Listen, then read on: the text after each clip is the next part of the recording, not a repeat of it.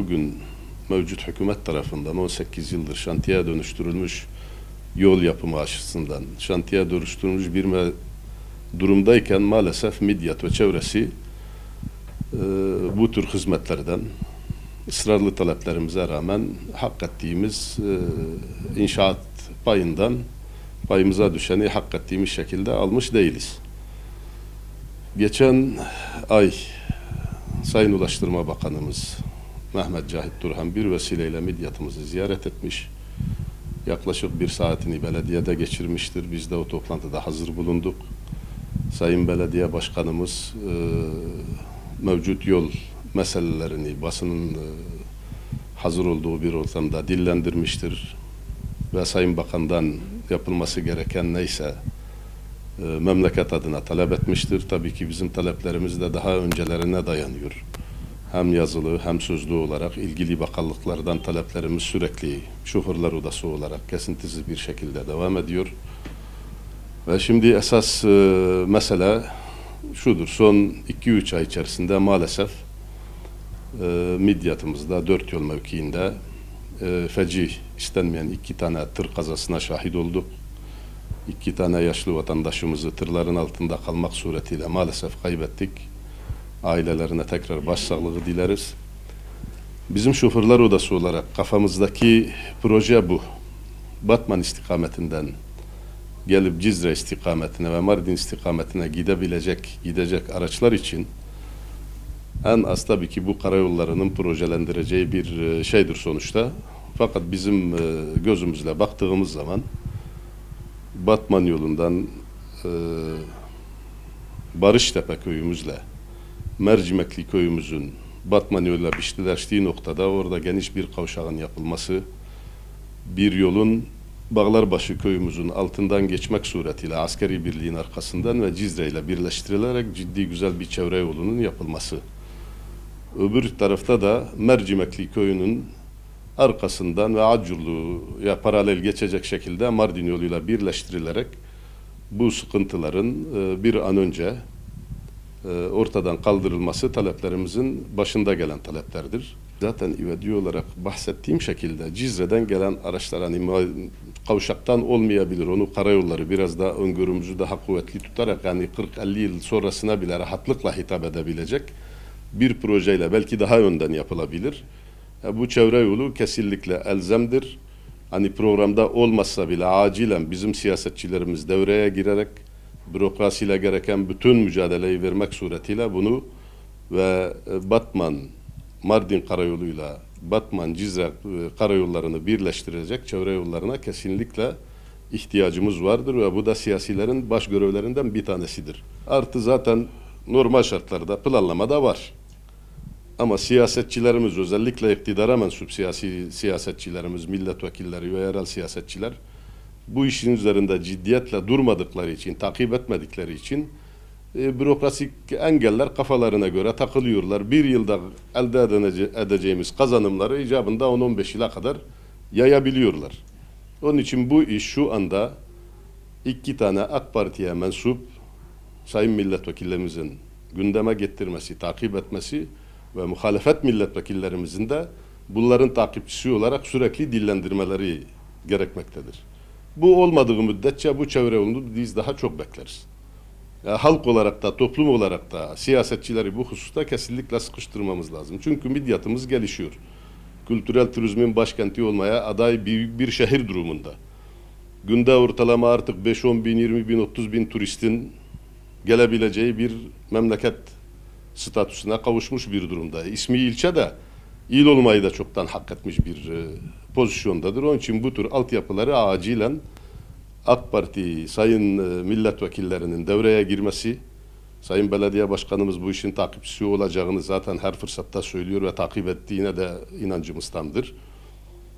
Bunların ivedilikle yapılması elzemdir. Bu yani bu çevre yolları başka çare yok yani. Yapabilecek bir şey yok yani. Yani bunlara özel bir planlamayla acil bir şekilde Midyat çevre yolunun inşaatının başlaması gerekir yani. Sıkıntıları hem yaya ve araç trafiği akışı açısından tehlikelidir. Her gün ortalama olarak 1-2 tane irili ufaklı hafif kazalar meydana geliyor maalesef. Yani sinyalizasyon sistemi de kafi değil. Çünkü bizim altyapımız yetersiz. Şimdi uzun bir müddettir özellikle ölümlü kazaların olması münasebetiyle artık canımıza tak etti. Vatandaş olarak, birey olarak, yönetici olarak artık bir an önce kalıcı kesin bir çevre yolu talebimiz ısrarla en kısa zamanda ivedilikle istiyoruz. Çünkü yakın bir tarihte değerli bir amcamızı burada gözlerimizin önünde kamyonda büyük tonajlı kamyonun altında kalması, can vermesi, bundan bir ay öncesinde yine aynı şekilde yaşlı bir amcamızın vefat etmesi, daha kaç insanın ölmesi lazım ki çevre yolu yapılabilsin? Talebimiz budur. Okul güzergahlarının olduğu yerdir. Küçük çocuklar bunu fark edemez, bilemez. Işıklar yetersiz. Çevre yolu kesinlikle çok acil talep ve ihtiyaçtır. Vatandaş olarak da bizler de bu konuda gerekli mercilere sesimizi duyurmak istedik. Milletvekillerimizden, Ulaştırma Bakanlığı'ndan herkesin bu konuda hassas olmasını talep ediyoruz. Çok acil bir durum. Burada 4-5 tane okul var. Küçük yaştaki ilkokul öğrencileri, ortaokul öğrencileri, bunların hepsi bir risktir. Kaç canın daha burada can vermesi lazım. Ama gerçekten çok tehlikeli bir durum. Özellikle bunun genişletilmesi lazım. Zaten daha önceki projede karayolları yapılırken ilk asfaltlamada ileriki yolun genişletmesi, boş bir meydan ortaya çıkartması için bir çalışma vardı. Ama bunu iptal edilmesi nedeni diye yetkililerden de sağlıklı bir cevap istiyoruz. Gerçekten Midyat nüfusuyla, araç yoğunluğuyla artık bu caddeyi kaldıramıyor. Acil bir müdahale ve çevre yolu talebi ediyoruz. Yolun dar olması münasebetiyle 2-3 sıralı parklar oluyor. Bu da ana caddedeki iş yerlerin görülmesini, iş yapmasını engelliyor. Şimdi bu çevre yolu zaten biz umutlandırılmıştı. Bundan yıllar öncesinden bahsedildi. Projesi de hazır olmasına rağmen neden yapılmadı? Bunun için çok fazla bir kaynağa gerek yok. Yetkililer önce insan, önce değer, önce insan olduğu zaman bir an önce çözüm üretilir. Bu da çok kolaydır bence. Midyatımızın kavşağındaki ölümlü kazaların sebeplerinden bir tanesi kavşağın dar ve küçük gelmesinden dolayı kavşak büyütmesi projesinde olmasına rağmen yetkililerin bunu hızlandırılması adına hiçbir şekilde adım atmıyorlar ve bunun hızlı bir şekilde adım atılmasını Midyat'ı bir vatandaş olarak, bir işletmeci olarak bunu hızlı bir şekilde çözülmesini istiyoruz. Kazalar çok yaşanıyor, ölümlü kazalarla sonuçlanıyor, yaralanmalarla sonuçlanan kazalar oluyor. En büyük sıkıntı da büyük araçların buradan geçişi esnasında sürücülerin kendileri bile bunu sıkıntıyı yaşıyorlar. Araçlarına zarar geliyor ve bu hızlı bir şekilde geçişini sağlayamıyorlar. Yayalar da aynı şekilde bugün günümüzün trafiğinde yayaların öncelikli hakkında sahip olmalarına rağmen kavşağın küçük ve görüş açısı dar kaldığı için yayalarda da çok büyük sıkıntılar yaşıyorlar. Derhal bu soruna çözüm bulması gerekiyor. Bir de büyük araçların geçişi için acilen çevre yolunun faal edilmesini dile getiriyoruz. Av dört yola ma Midyat kesimi geleki tanga.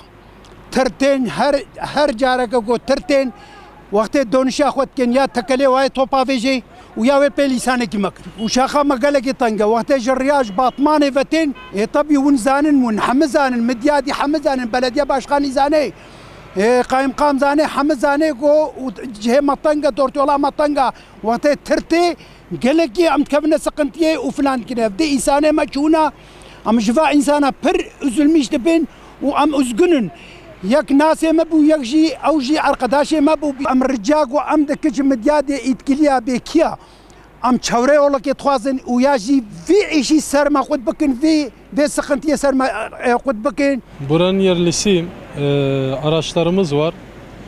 Kendimiz düşüncemiz olarak gönül ister ki Midyat için daha güzel şeyler olsun. Ve güzel şeylerin olması için de yetkililerin bir an önce bir çözüme kavuşturması lazım. Bu çevre yolumuzun özellikle son zamanlarda oluşan kazalardan dolayı ölümlerle de son zamanlarda sonuçlandığı için çok üzülüyoruz. Ve bunun için çevre yolu olmasının şart diye düşünüyoruz. Büyük araçlar, ağır vasıtalar geliyor. Biz de kendimiz olarak binek araçlarımız var, iş makinelerimiz var. Bir çevre yolu olursa en azından bu trafiğin, bu ölümle sonuçlanan kazaların inşallah bir daha tekrarlanmayacağını düşünüyoruz. Yani millet halk arasında bunu hep dile getiriyoruz. İnşallah yetkililerin kulağına gider. Yetkililer de bunu bir çözüme kavuşturur. Ve sizin de bu röportajı, bu imkanı sunduğunuz için ben çok teşekkür ediyorum kendi adıma. Bir esnaf olarak Midyat'ımızın turistler açısından ne bu dertleri hak ediyor ne bu kazaları hak ediyor. Midyat bir an önce güzel bir dört yola kavuşması gerekiyor. Acilen bir çevre yolu olması gerekiyor. Çünkü çocuklarımız okula gidip gelene kadar onların merakından Allah bilir nereye çektiğimizi, büyük arabalar, tırlar vesaire her şey bu dört yoldan geçiyor. Çocuklarımız da maalesef bu yoldan geçiyor. Bu çok tehlikelidir. Bir an önce yetkililerimizden bu Midyat dört yoluna ve çevre yoluna bir çözüm bulmalarını, hem dört yolun büyütülmesi hem çevre yolunun acilen yapılmasını istiyoruz. Midyat'ta bir an önce çevre yolunun olması gerekir. Yetkililerden bir ricamız, bizi bu konuda memnun ederlerse çok memnun kalırız, mutlu kalırız ve her yıl, her ay birden fazlasıyla burada ölümler oluyor. Bir an önce bunların son olmasını isteriz. Yani bir üst geçit yapılsa, bir de insanları daha çok böyle bu trafik kurallarına göre uymaları için uyarılarda bulunsalar mesela. Yani bir de bu çevre yolu olsa, bu tırların, bu kamyonların, yüklü araçların buradan geçmemesini istiyoruz burada. Sürekli kazalar, sürekli insanların canları yani ölüyor burada. Yani istemiyoruz bu kazalar bu yaşamasını istemiyoruz. Yani yetkililerden bir an önce işte hani bu işi yapmaları lazım. Yani bu ciddiyete bindirmeleri lazım. Midyat'a birçok şey oluyor, birçok turist falan ziyaret ediyor. Buralar bayağı kalabalıklaşmaya başladı. Yani çevre yolunda yani şu an dört yolda sadece bir tane ışık var. Kırmızı ışıklar bir tane var. Yani nereden ne zaman araba çıkacağını bilmiyoruz. Sayın belediye başkanımızdan da rica ediyoruz. Lütfen bu dört yol için biraz düzenleme ve çevre yolu yaparsa çok memnun kalırız. Araçlar çok yüksek hızla, bir de yani nasıl diyeyim, yani böyle nereden çıkacağı belli değil. Yani dört yola daha güzel yerler istiyor, daha güzel çevre yolları istiyoruz yani. Bunu rica ediyoruz. Bir çevre yolu şarttır. Her zaman buradan geçiyoruz. Bir çevre yolu şarttır. Ve bu yolda çok sıkıntı çekiyoruz. Çevre yol olmasını istiyoruz. Midyat'a acilen bir çevre yolu yapılmasını istiyoruz. Çünkü her gün kazalar oluyor. O yüzden acilen bir çevre yolu yapılmasını istiyoruz. Bu yol çok yani aşırı kullanılan bir yoldur. Yani buraya bir önlem alınması gereken. Yani trafik bayağı bir sıkışıyor. Başka bir çevre yolundan yani yol açsalar daha iyi olur yani.